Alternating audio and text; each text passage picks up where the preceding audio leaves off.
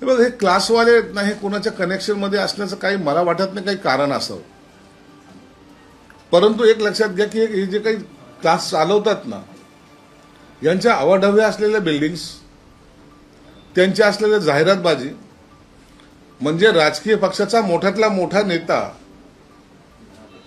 हा जाहिरात करू शकत नाही, परंतु एखाद्या क्लासचा क्लास चालक, संस्था चालक महाराष्ट्रभर कोणत्याही गावखेड्यामध्ये जा त्यांचं जाहिरातीचा बोर्ड दिसतो.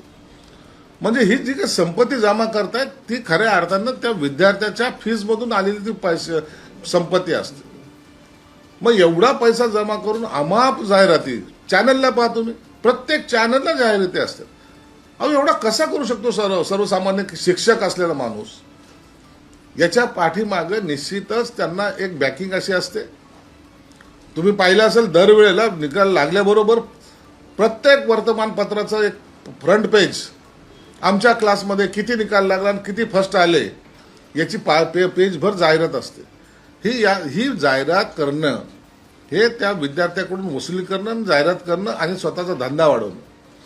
म्हणून अशा या क्लासच्या लोकांना खरं तर आता फक्त अटक करून चालणार नाही, यांची संपत्तीची चौकशी झाली पाहिजे, यांची संपत्ती जप्त केली पाहिजे आणि ज्या ठिकाणी स्वतःच्या मालकीच्या बिल्डिंग्स आहेत त्या सुद्धा ह्या प्रकरणामध्ये पाडल्या पाहिजे.